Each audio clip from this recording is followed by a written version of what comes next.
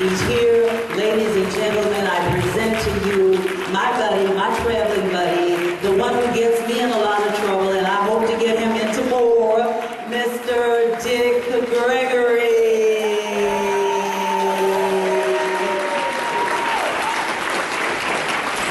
He actually just came from jail. He's got his t-shirt on and he's been picketing with all day. Thank you. Thank you very much. First, we say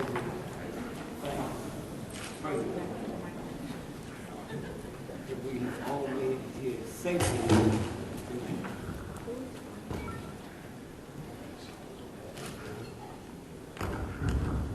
And I pray to God that your return and my return will be equally safe.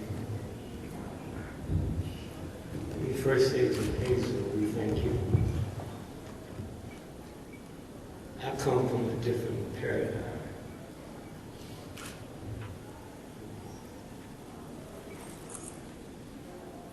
I don't need to be validated by the New York Times. Amen.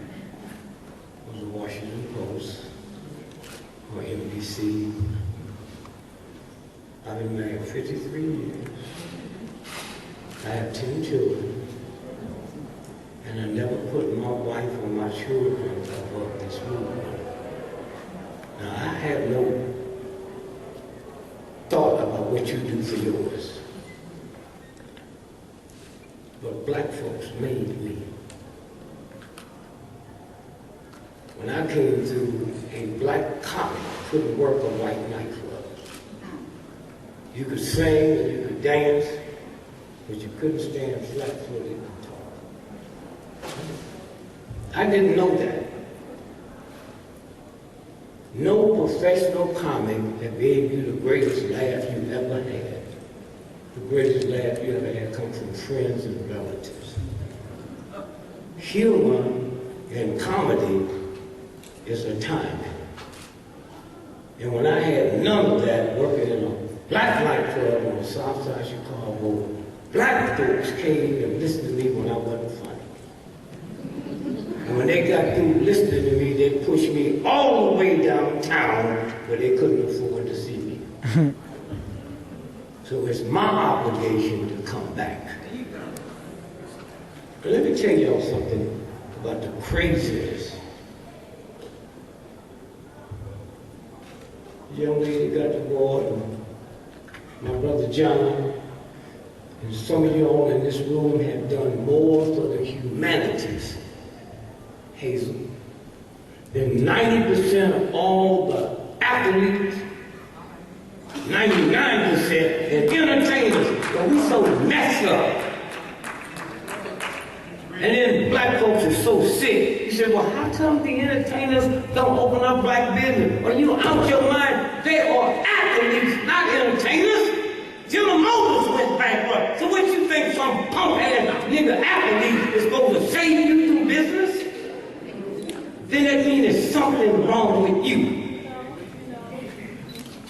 Murdoch ripped off rich, brilliant Jews.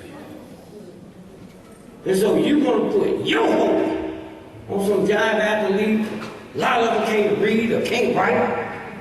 When I go to a football game, which I want to see that nigga outrun God, I don't go there to hear what John told us tonight.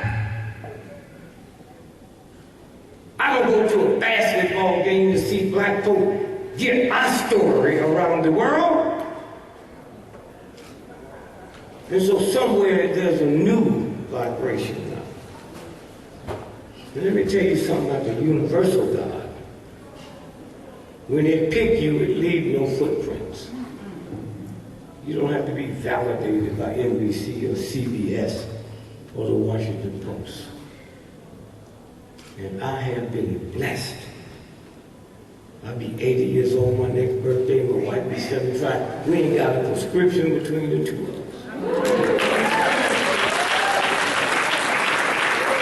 But you put into the universe, not religion, not Christianity. All that came after the Creator. What you put into it is to give you back. It's like a bank account. And so I say, thank you for this watch. It's one thing getting an award from your peers, because you can't trick them.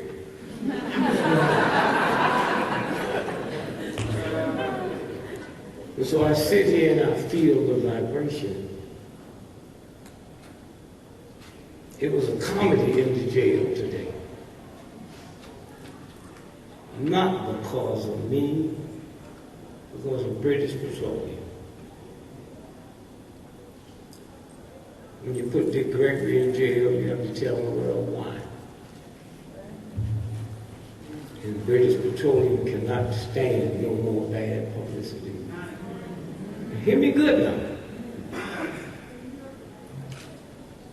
The all that they said, oh, don't make who's going to be the CEO and run the company. It's the stock. Huh? It's the stockholders. And their stock is down to a 6-year low. And so we went over to British Petroleum, marched in front of their headquarters. Now hear me good. Britain has no oil. One of the major oil companies in the world is British Petroleum, and they stole that from Africa. Shell is a Dutch company. They have no oil. And so what happened when we went there is the first time black folks came to their headquarters and wasn't invited. And because they've been dealing with Africans and think they know how to deal with niggas, they put one African in, and when he get arrogant, they kill him and put another one in. But they was dealing with some black folks that they couldn't manipulate. And we presented them with a bill for $880 million. Huh? And they came back and said, we can have 400 million. We said, we didn't come here to negotiate. We came here to collect. Now, I'll be honest, 80 is 80. We sitting in a meeting with this sister here, Faye Williams. Ken Feingold has a $40 billion kitty to pay. She said to that white boy, don't you raise your voice at me. Now my AD came through. I said, Mr. Feinberg, she don't talk for me. She don't speak for me. She's a young black woman. I'll be 80 years old soon. And I'm not about to have an attitude with a white boy that got a bag of money and I'm telling you to give us something to pay black folks. The reason I tell you that, this is the new black. And I'm so damn sick and tired of hearing you black folks talk about it's the youth. It's not about the damn youth. It's about you. When I came through and put my life on the line in my career, it wasn't for my children. I wanted human dignity. And if I got it, they can see it in me. You buy a house for your kids to inherit it. That's who you are. And any of you all who have followed me know 98% of my audience always know white folks. And I have always said to white folks, the strongest two forces in the history of America has always been the black woman and the black church. Yes. Hear me? You got a black man on the Supreme Court. The only one. You can laugh at him if you want. I don't care nothing about it, but I'm not stupid enough not to know that the mightiest punk club in the world is the U.S. Supreme Court. They don't make law. They determine. If I cannot make a human being, but I have the power to decide if you're a woman or a man, if you're a woman or a man outside, you're a woman and you're a man, y'all can't change it. That's the U.S. Supreme Court. And Clarence Thomas is on it. Well, how did he get there? Who was his daddy? He don't know. What college did his mother go to? She didn't. She washed toilets and made beds in the hotel. How did he get there? Black woman in black church. That's who we are. We're the only people on the planet that they couldn't keep a slave 5,000 years. There was no slave that didn't stay in bondage 5,000 except us. Why? Because that ignorant white boy came over there and thought he was stealing workers. He was stealing scientists. I built the kid, white boy. When you look up there and see the big difference, I'm the one that charted that. Do you know who you are? That's what this is about. Have fun and do everything you want. But when you go to bed at night, know who you are. Don't have to read no damn book written by someone. Did y'all see Help? How many of y'all saw Help? Don't raise your hand. If you didn't see it, don't shake it. How many of y'all raise your hand? Go back and see it again. One of the most filthy movies I ever seen in my life. For those of you that have, I'm not going to tell you the plot, but for a black woman who looked like my Christian mother, humble and meek, they showed the church scene, and for what that witch did in a white woman's pie, you might have liked it, but it reduced her below filth. Huh? The white Ku Klux Klan raped my 3-year-old granddaughter, and I go out raping 3-year-old white girl. They reduced me below them. So y'all go there and you can look at that crap and laugh if you want to. That means you feel it too. And the white boy sends codes. The rise of the monkeys. Did y'all see that? Anybody see that or not? Huh? Hey, I saw it 10 times and called people all over the world to go see it. You should go back and see it again. You remember when that ape stomped his foot and said no? That's when it became us. So you go there and think that was about gorillas. And those of you all that live here in Washington, D.C., that first weekend that it came out, the Sunday Washington Post mentioned that movie twice, and then they said as of next week, all gorilla and monkey research was stopped. That's how bad they were scared when they realized it was looking at us. And then the movie that just came out a couple of weeks ago, Contagious. If you see the monkey story, Contagious follows after that, word for word. And so again, I say to you, you are the power, and you can't change nothing. When Tiger Woods was in his heyday, I can't believe, boy, that damn dumb.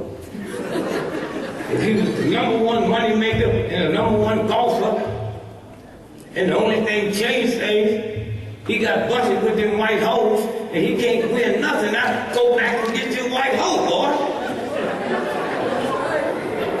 If that was your key to success, get you a white hoe. That's a great life. Because he didn't lose none of his skills. Somewhere. And I hope you sisters know how powerful you are and who you are. When I say Mama Rosa, there's one universal law, no violated there.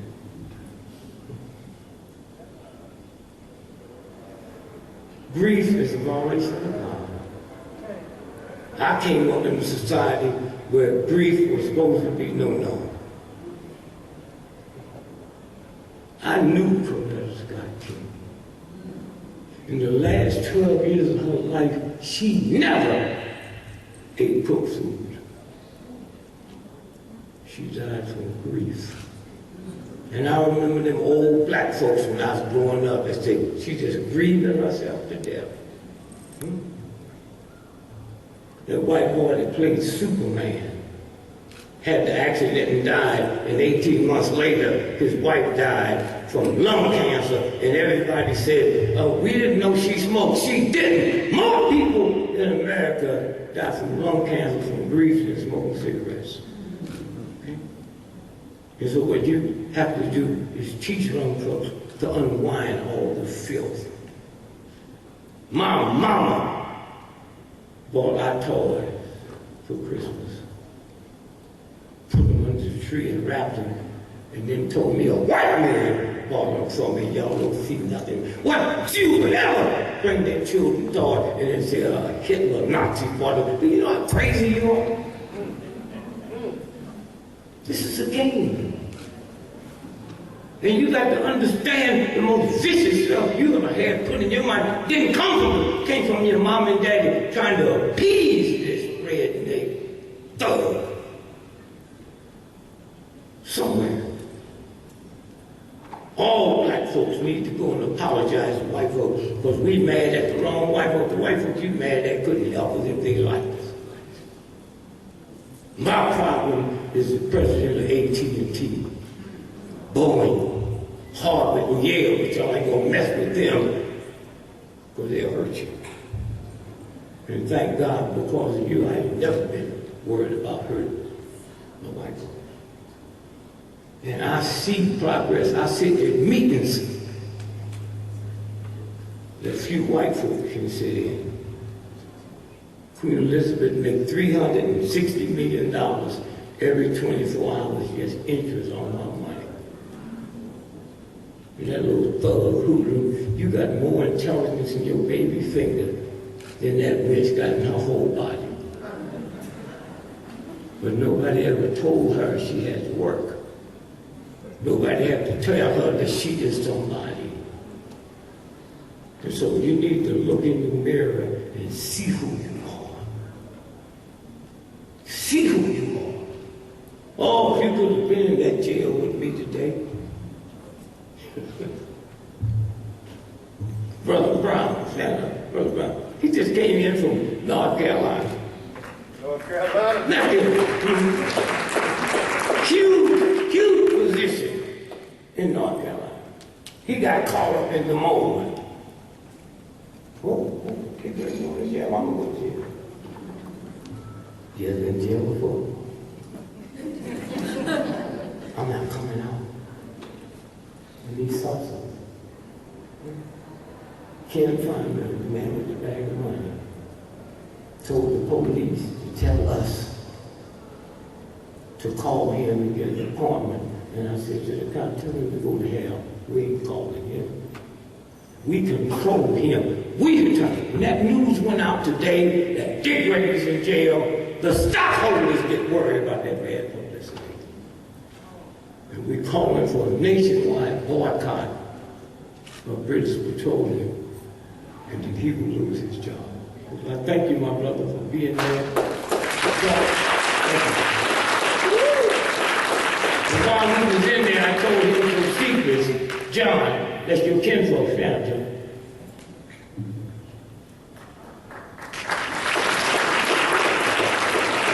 John holds no secrets he can't dare tell.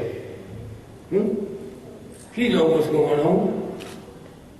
When I ran from LA to New York 50 miles a day to protest world and domestic hunger, he gets a call from the Vatican and they give him $150,000. And then told him, the second man, who ain't even Catholic, hear me, to y'all in this la-la land, the second man in the Vatican is not a Catholic. He told him the 10 Jesuit colleges have to kick in $10,000 a piece to run. Why? Because white folks don't want no black folks in control of hunger. Huh? We control the world with hunger. Huh? And so somewhere when you understand who this is about, huh? This is a game they play. When we was in Budapest, my little punky son, he the financial analyst for the city of New York, he can't tell white folks how to spend $35 billion, but they can't touch it until we analyze it. Come on, punk, I'm gonna show you real power. And we go there drinking cognac at $40,000 a shot. And I said, Ralph, I don't think this cheap stuff. So we go up to the 16th floor where it starts at $100,000 a shot. And I said to Ralph, tell this punky son of mine, how much you make a day? He said, I don't make $50 million a day, they can do me a good to wake up. I said, tell me when you fit in the scheme of things. He said, I don't. They'll kill me on the way to get your dad. And so when you hear this brother talking about business, a lot of them will be polite because they know you crazy and I don't give a damn about what you're thinking about me. Black economics in America is $6 trillion a year. Black folks in America make more money in 1 year than all the Jews do on the planet. And because of your limited stuff and your programming, you think I'm crazy. You're crazy. And if I worried about what you thought about me, I wouldn't tell you. Let me tell you how it works. You ever been in the beauty parlor? And the brother come in with them frozen steaks? 48 of them? And you buy 48 of them because you think they were stolen. Been in the barbershop, brother come in with 48 socks in a box, you buy them? No, they buy their stuff every morning with Safeway violators. Now how do you prove that? Simple. Public domain. Check, I have the #1 research team in the world. I'm the one that released the pictures with Ron Brown with the bullet in the back of his head. And y'all walking around and loving Clinton. He's a dog. And that's how messed up you are spiritually. And the reason they couldn't deny when I released it, because the white folks that did the autopsy brought them to me. It's a game they play. And all you have to do is come together with one another. Old black folks, y'all ever heard that the problem with black folks is like a bunch of crabs in a pot of hot water? Once one gets to the top, what happens? They don't. That's the hot water that makes them act like that. That ain't your blackism. Blame the hot water. You're scared to blame the hot water. And when I look at this brother and what y'all doing here, all we're doing is turning the temperature down. And I thank you. Thank you. So I leave you tonight. Then I say to my sister, I need something to end from my point of view. I was at both those executions the other night. I was in Huntsville, Texas, saying this white boy shouldn't die. And the press from all over the world. Mr. Gregory, this is the worst hate crime in the history of America. If that was Hitler in there fixing to go, I'd be out here saying, kill him. If I kill your brother and they catch me and I get life in jail, that's punishment. Once they give me the electric chair, that's revenge. Yes. And how you black folks, see, I'm not against it because sometimes a person died innocent. I'm not against that. I'm not against it because poor folks can't afford to get up. I'm against it because it's wrong to kill a person by mistake. And I don't have to get no permission from nobody. And so if y'all stop watching TV and see niggas in handcuffs and niggas talking bad English, if we communicated, I didn't know that a black person was a financial analyst for the city. Yo, it's my son, I know it. They didn't even see now, I'm telling you. My daughter is the bureau chief for all sex murders, 15 and under, in all of Brooklyn. But they're not going to tell you that. And y'all know success stories. When I hear Brother John, how many times do I turn on NBC and CBS, and when they talk about big money, they should have carried you over to Europe last week. And maybe after they got through presenting their bullshit, the stock market went the last time. But they don't understand that. So I thank you. I'm so happy Obama was president. That's right. And I'm not one of these niggas that run around. A whole lot of people qualified to be president before him, but it was this movement that created an atmosphere where he could go.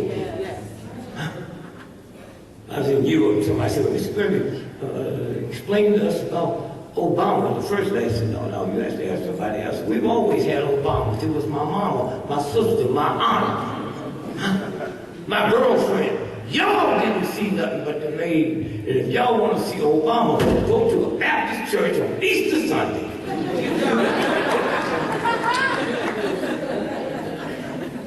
So I just say that, know who you are.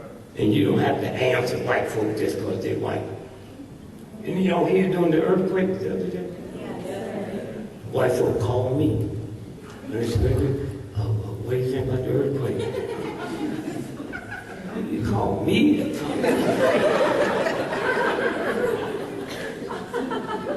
What do I think about the earthquake? I was just flying in town from London. And when I landed, the earthquake is here 10 minutes from my plane. And I saw white folks. And I thought they was dancing, because that's what they dance.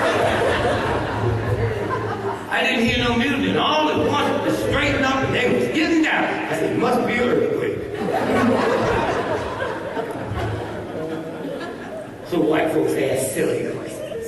Mr. Gregory, where you live, how much damage was done? So I live over with rich white folks, and I knew the earthquake was bad because my zip code changed 3 times. But my cousins lived in the ghetto. How bad was it? I said, well, it made $2.5 million worth of improvements. So I leave you to say to you, well, a little slow, huh? There's a lot of myths at your expense. Leave here and know who you are. Oh, y'all got to learn English. You can't wear your cap on. We just had a governor did 2 terms in California, and that punk couldn't even pronounce the state.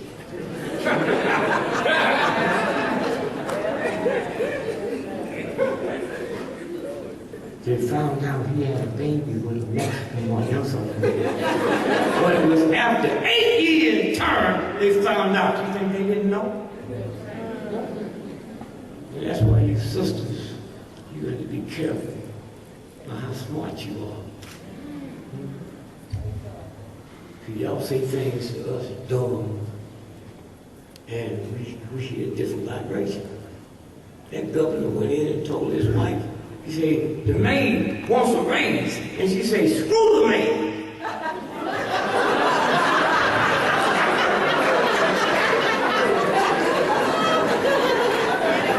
So I leave you with this.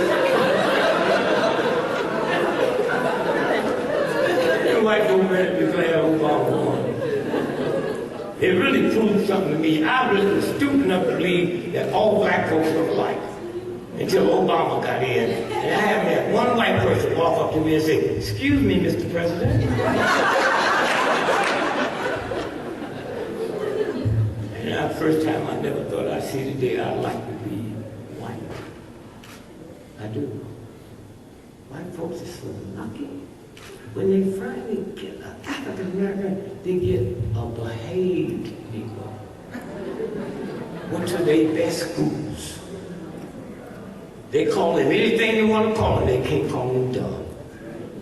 I ran for president in 1968, and if I run, this is the nigga they need.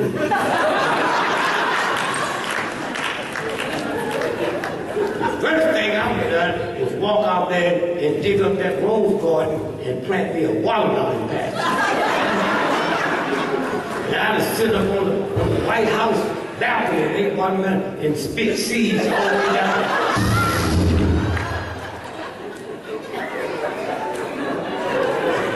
And so I say to my sister, thank you. And I say to you, as you go back home, know who you are. And you don't have to be validated by Harvard, Yale, or MIT, or the New York Times, or the Washington Post. You was born a king and a queen. Know that. And so I thank you. I love you.